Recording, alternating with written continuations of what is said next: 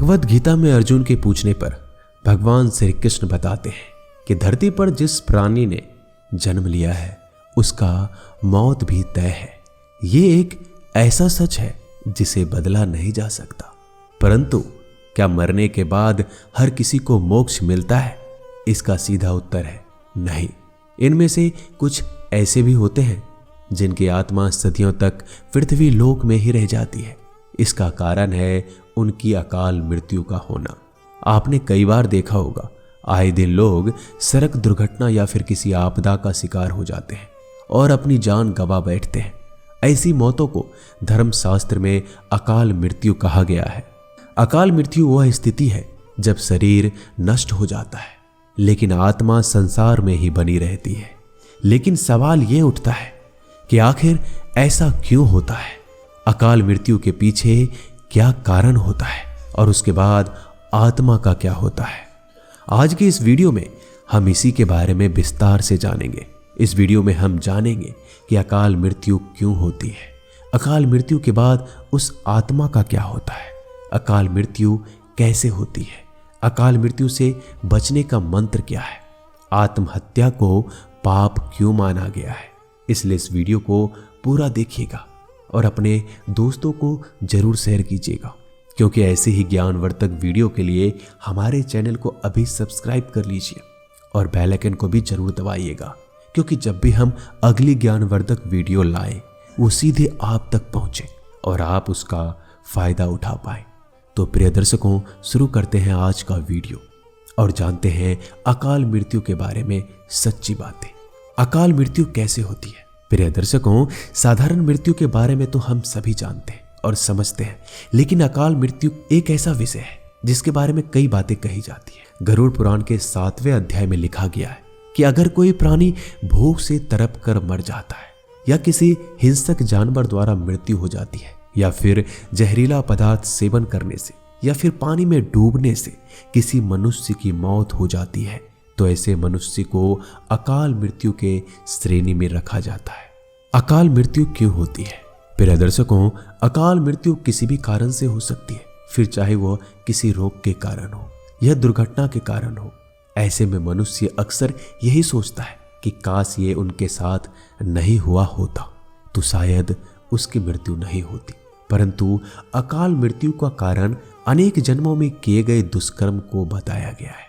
गरुड़ पुराण में इसी प्रसंग में गरुड़ जी ने श्री हरि से यह प्रश्न पूछा था, जो वेदों में मनुष्य की उम्र 100 साल तो निश्चित की गई है, तो उनकी अकाल मृत्यु क्यों हो जाती है? इस सवाल के उत्तर में श्री हरि बताते हैं, यह सच है, वेदों में मनुष्य की उम्र 100 साल निर्धारित की गई है, परंतु इसमें दुष्कर्म को नहीं मिलाया गया है। यानी हर इंसान की मृत्यु तभी होती है जब उसके पास धर्म कार्यों के लिए शक्ति नहीं होती या फिर उसका शरीर उसे धर्म कार्य करने की इजाजत नहीं देता। इसके अलावा जब कोई इंसान अपनी इच्छा से धर्म कार्यों को त्याग देता है तो पृथ्वी पर उसके जीवन की अवधि कम होती जाती है। देखा जाए तो हर इंसान का कर्म ही उसका धर्म होता है। मनुष्य की मृत्यु तब होती है जब उसके पास अपने कर्मों को निभाने की शक्तियां, इच्छा नहीं होती। इंसान की उम्र भले ही 100 साल हो, लेकिन अपने कर्मों के जरिए अपने उम्र को खुद ही नष्ट करता चला जाता है। वेदों का ज्ञान ना होने से मनुष्य जान ही नहीं पाता वह कब कुकर्म करता रहता है। इसलिए हर मनुष्य को धर्म और अधर्म के बारे में अवश्य जानना चाहिए। अकाल मृत्यु के बाद आत्मा का क्या होता है? गरुड़ पुराण में विष्णु जी ये भी कहते हैं कि मनुष्य के जीवन के 7 चक्र निश्चित हैं। अकाल मृत्यु को प्राप्त होने वाले जो मनुष्य इस चक्र को पूरा नहीं कर पाते उसे मृत्यु के बाद भी कई प्रकार के कष्ट भोगने पड़ते हैं। अचानक ही मृत्यु होने की वजह से मनुष्य की इच्छा, कामना और तृष्णा बनी रहती है जो कभी पूरी नहीं हो पाती। ऐसे में शरीर तो नष्ट हो जाता है लेकिन आत्मा का मोह नहीं छूटता। इस स्थिति में अकाल मृत्यु वाली आत्माएं अपने परिजनों या जीवित लोगों को कष्ट पहुंचाती है और अपनी मनोकामनाएं पूरी करने का प्रयास भी करती है। यह आत्माएं प्रेत पिशाच योनि में कई वर्षों तक भटकती है। यदि हमारे परिवार में ऐसा किसी का हो तो क्या करना चाहिए? इन आत्माओं को मुक्ति कैसे मिलेगी?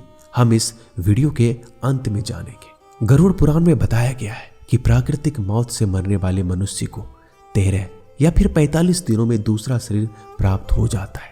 वह आत्मा प्रेत योनि से मुक्त होकर अपने कर्म तथा अगले जन्म के लिए यमलोक पहुंच जाता है।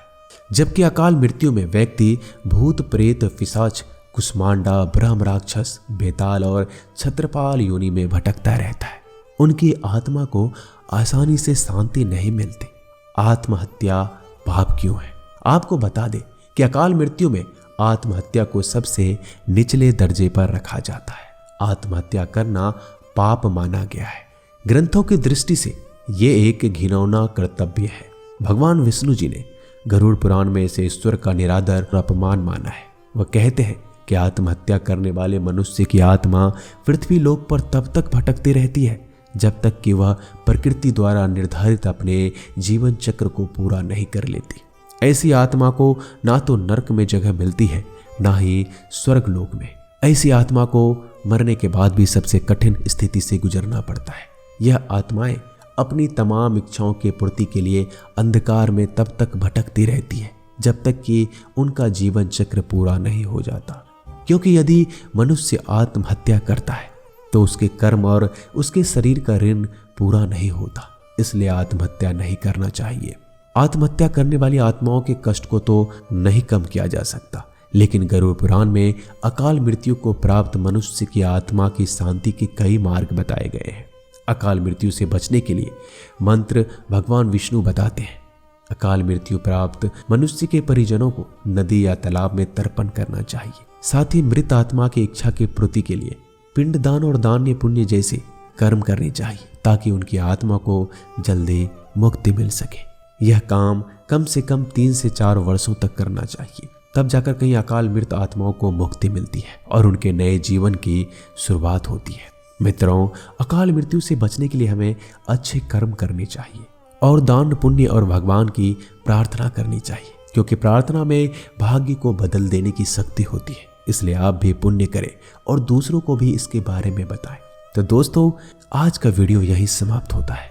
वीडियो अच्छा लगे तो वीडियो को लाइक कर दीजिएगा और चैनल को सब्सक्राइब करना मत भूलिएगा। धन्यवाद।